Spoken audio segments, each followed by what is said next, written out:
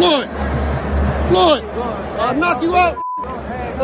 He's sick, look at him. Welcome to the motherfucking relay. We're covering today's top boxing news. Okay, we'll start with this. Set to go down on the undercard of Stephanie Han versus Holly Holm 2, their rematch. Yokasta Valle will be moving up in weight, back up to the light flyweight division, to challenge reigning WBC champion Lourdes Juarez of Mexico. In what is a curious fight I did not expect MVP to make. I would have expected MVP to match Yokasta Valle against the unified champion at her own weight, Germany's Sarah Bormann. Seemed a logical choice since Kim Clavel is out pregnant, about to have her first child. I would have thought Sarah Bormann was the fight they would have made for Yokasta. Instead, she's moving up for Lourdes, and it's important to note that Yokasta's not a stranger to the light flyweight division. She was a champion there very briefly after beating Evelyn Bermudez, who reigns there as a champion now for 2 alphabet titles. Though after Yokasta beat her, she dropped them immediately after to drop back down to minimum weight. She moved up, then moved back down. So while she's not a stranger to the light flyweight division, she didn't spend a lot of time there either, sporting a professional record of 34 wins with 3 losses and no draws, 10 knockouts, having never been knocked out in 37 professional bouts. Several years younger than Lourdes Juarez, Yokasta is 33 years old, whereas Lourdes is 39. Yokasta Valle, a 3-weight world champion. To Lourdes Juarez, who is a 2-weight world champion, sporting a professional record of 39 wins with 4 losses and no draws, 5 knockouts, having been knocked out once. In 43 professional starts, last in action in October of last year on the MVP side of things, when she successfully defended her title against former champion Jessica Plata by way of a majority decision. She fought 2 times last year and currently is on a 5-fight winning streak after having dropped 2 decisions to then-champion Ashley Gonzalez Macias. Now back in the winner's bracket and winning 5 fights in a row, she is set to defend her title again on the MVP side of things. Yokasta Valle kept a very similar schedule in the previous year. She also fought 2 times, once in March, then again in December, defending her belt against Yadira Bustillos by way of a majority decision. Currently on a 4-fight winning streak after having dropped a decision to Senicia Estrada in 2024 in what was their undisputed title fight. Yokasta has since rebounded, and now she's going back up to light flyweight. Lourdes Juarez could present a very pesky style for the smaller fighter moving up because Lourdes Juarez likes to box, likes to move and punch. She'll fight you off when she needs to, but the rest of the time, she's going to get on the good foot and move around. Thus, it's going to be on Yokasta to close the distance and make things happen in what could be a tight one. I thought that Jessica Plata was going to beat Lourdes, and Lourdes proved me wrong. So I'm not going to underestimate her in a fight with Yokasta Valle. It is not a foregone conclusion that Yokasta wins. Both fighters come from fighting families. Lourdes Juarez is the younger sister of Barbie Juarez, who also reigned as a champion for some years, and Yokasta is the older sister of Naomi Valle. Boxing is a family business for both combatants. It's in the blood. Even though the fight is taking place in the United States, because it's happening in El Paso, Texas, where there is a large Mexican contingent, you could argue that might work in Lourdes Juarez's favor. She's the Mexican national, whereas Yokasta is from Costa Rica. She's gonna have to be on her P's and Q's for this one. It is a tight fight and a little bit tough to edge. We'll talk more about it as the fight date approaches. Men's junior middleweight news, there's nothing he can do. Jaron Boots Ennis expects Xander Zayas to be overmatched. Following the opening press conference for Zayas' title defense against Jaron Boots Ennis, Boots stuck around to field some media questions and was asked about his take on Zayas' disposition at the press event and what's to come as the push towards their June 27th fight moves on.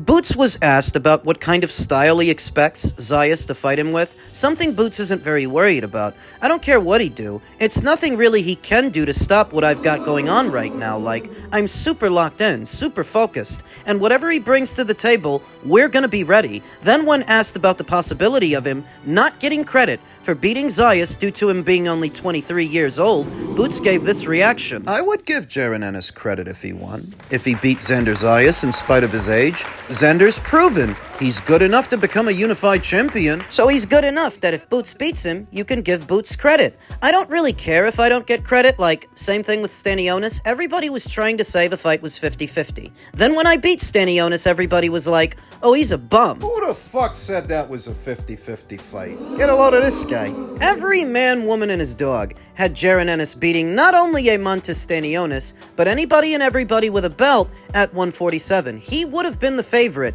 in a Barrios fight, in a Brian Norman fight, like he was the favorite in the Stanionis fight. So when he says it was a 50-50 fight... Who the fuck said that was a 50-50 fight? I would call a Xander Zayas fight more of a 50-50 fight because Xander Zayas is naturally bigger than Boots, and you can see that almost immediately. He's been at this weight. He's not new to it like Boots. Xander's never been anywhere else, whereas Boots is just getting started. He's only one fight into his junior middleweight campaign. And I haven't seen enough from Boots at the elite level that I trust him to win this fight. The bookies have Jaron Ennis as the favorite going in. That much I expected. I said they would. They do. But pouncing on overmatched opponents in the welterweight division doesn't convince me that he's now going to pounce on Xander Zayas. For me, those eggs need more bacon, and for me, this is a 50-50 fight, the only one that Jaron Ennis would have fought in. Vowing to knock out unbeaten Xander Zayas, saying that he bit off more than he can chew, Ennis and unified junior middleweight champion Zayas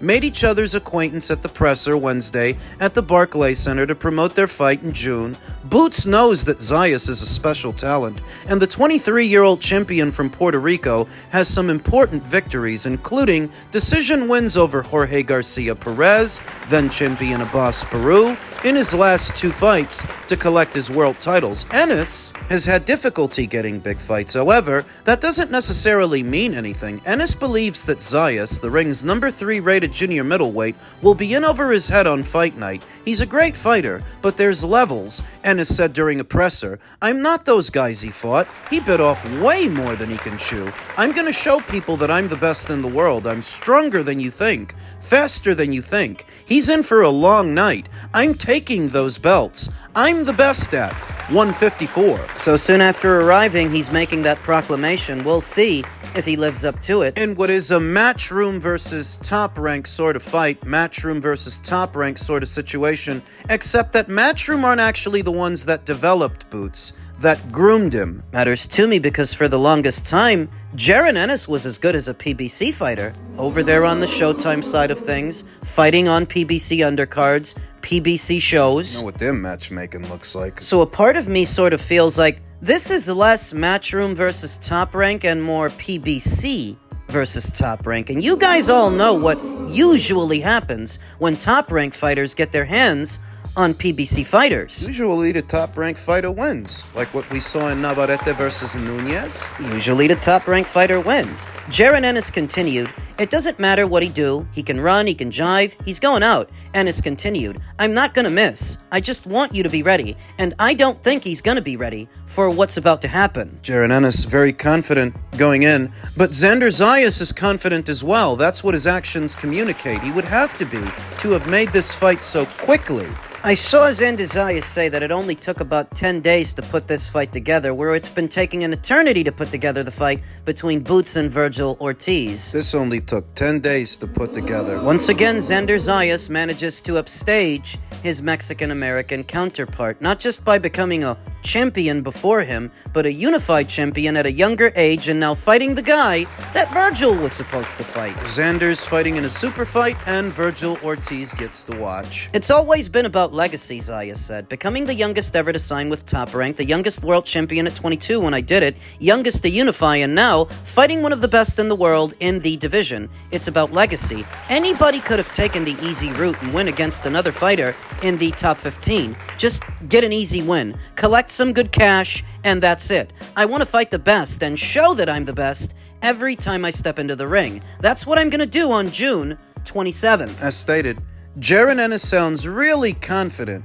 going into this fight, but Xander Zayas is confident too. He would have to be, because he wasn't obligated to fight Jaron Ennis. He didn't have to take a fight like this on so soon. Top Rank is a promotional outfit set to debut on the DAZN platform. Must be confident in him to allow him to take this fight because they're so obviously invested in Xander. He's one of their flagship fighters. They've been grooming him and developing him for years up until this point. To now let him go in and fight Boots, they must like his chances. Sort of a running gag I've said more than once here on the channel that your average guy at Top Rank is a world champion or better under some other promotional outfit, like Giovanni Santillan on the Top Rank side of things seldom made any waves or got any attention, but when he was unleashed on Golden Boy's Alexis Rocha, he beat that guy from pillar to post. It's what usually happens when Top Rank fighters square off against other fighters from other promotions.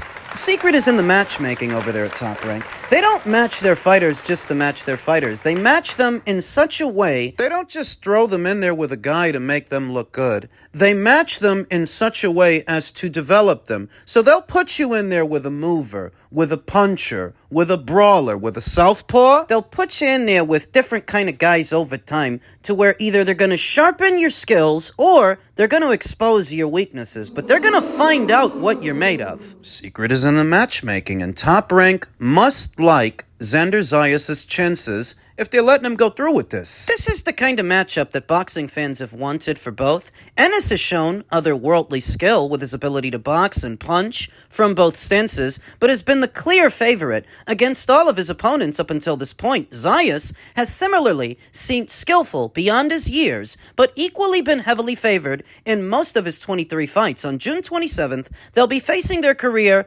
toughest tests. When the dust settles, Zayas remains confident he'll leave New York with a career-defining victory. I promise. I'm gonna rip his heart out, he insisted. We'll see if he does. Because in my purview, I've got a lot more confidence in Top Rank's matchmaking and their ability to develop fighters, like Xander Zayas, than what I've seen from Boots at his time over there at the PBC. They were just matching him against guys to make him look good. Whoever was around and whoever they felt he could beat. It's not even saying that Boots ain't good. That's saying I don't know how good he is, but I should, given how many fights he's had. And that is what makes this a 50-50 fight for me. Boots didn't earn my trust. Maybe he is as good as everybody thinks he is, but he's yet to have proven it in beating a Montestanionis, who's the best fighter that he fought. The Boss Baru could have beat a Montestanionis. Jorge Perez Garcia could have beat a Montestanionis. Beating him doesn't mean much. Yeah, this is going to be a proving ground. A proving ground for Boots like it's a proving ground for Xander. Do you know what? They may as well just give him the decision before we go in there. Whatever. Kick me in the bollocks. Because I'm not going to get a decision over this mother. Not at all. They're like, if I won 11 of 12 rounds, they're going to give it in by a split. And that's sad because what I've done for boxing, what I've brought to boxing, what the people have brought to boxing, it's been a sad story really. But you know, it is what it is. It's in the past, and like I said to him, we speak on over Instagram, on Messenger and stuff, and I just said, look, he said, oh, we do the third fight very soon. Obviously, I'm the cash cow. They all want to fight the Gypsy King. Of course they do.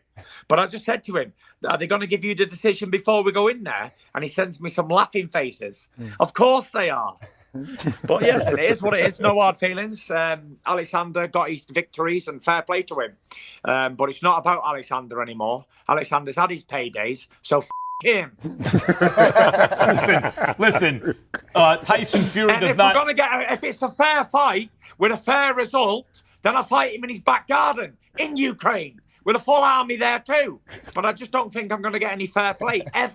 You hear the guys in the background lapping it up with Tyson Fury, who claims to be a man hard done in both of his fights with Usyk. This guy's got a lot of nerve. He goes into those fights, he's got every conceivable advantage. He's the younger man, he's the bigger man, taller with more reach and more weight. And the promotion is more behind him than it's behind Usyk. Remember that at that time, Turki El Sheikh appointed Frank Warren as his point man. And remember that at that time, Frank was promoting Fury. The promotion was behind Fury, who had every conceivable advantage going in. So where do you get they're gonna rob you to award him? It's not how it usually happens for Eastern European fighters. Usually, Eastern Europeans have to travel to other boxing markets, and they usually get jobbed when they do. They usually get robbed. Like Vasyl Lomachenko got robbed in the Devin Haney fight? Like some people would say that Sergey Kovalev got robbed in the first Andre Ward fight. Eastern European fighters, for as good as they are, don't often get favorable decisions or favorable treatment. And that's not why you lost to Usyk 2 times, frankly. As big as you are, you should have been able to steamroll him. You said that you were going to. And you didn't. So to hear him still crying about it now, it's pathetic. I don't find it charming. I don't find it at all funny. Also claiming that he's the cash cow? When last I checked, the tickets for Tyson Fury's fight this weekend are not selling like hotcakes. The event hasn't sold out. Because you're not the cash cow of this division. What do you got, a big head because Netflix decided to use you? And who was it that they used before you? Anthony Joshua. There's nothing unique about Tyson Fury's foray on the Netflix platform. All fuckery aside, I'm actually intrigued by this weekend's fight. I am a little bit excited because Tyson Fury's been out long enough that a fight with Makhmudov could prove difficult. Makhmudov ain't nothing special. He's nothing to write home about, but you don't need to be to give Fury a hard time. Otto Wallin gave him a hard time a few years ago. A few years before that, John McDermott. To a lot of people, John McDermott unofficially beat him. To some others, Francis Ngannou unofficially beat him. A guy with no experience, no boxing matches before he boxed Tyson Fury. So you don't need to be the greatest in the world to make Fury work and to make him look bad. The guys already have. It's very important that he wins to keep the Anthony Joshua showdown alive. Fight that's been on life support for a good number of years now, but there is still hope that if Fury holds up his end of the bargain before this year is out, we might actually see it. The fucking nerve of this guy, harping about favorable decisions. I remember the cut that he suffered in the Otto Wallin fight that in most other situations would have got the fight stopped. I've seen fights stopped for a lot less than what Tyson Fury was wearing on his face in the Otto Wallin fight. And if that fight would have got stopped, Otto would have won by technical knockout. The reason it wasn't is favorable officiating. that would have been somebody else sporting that same cut that Tyson Fury had. That fight would have got stopped. They would have lost. The reason he didn't is because he was deliberately given every consideration possible to keep him an unbeaten fighter. So miss me with the violins. Alexander Usyk has not been the beneficiary of favorable officiating. You have. You're projecting. The moment things don't go your way, you jump to those conclusions because you know how many times you've gotten lucky. You know you've been the beneficiary, the recipient of favorable decisions and favorable officiating. So the moment something goes wrong, you think that's what the other guy's doing? Bullshit. Beat you fair and square. In spite of all your advantages going in, you just weren't good enough. And you're gonna have to get over it.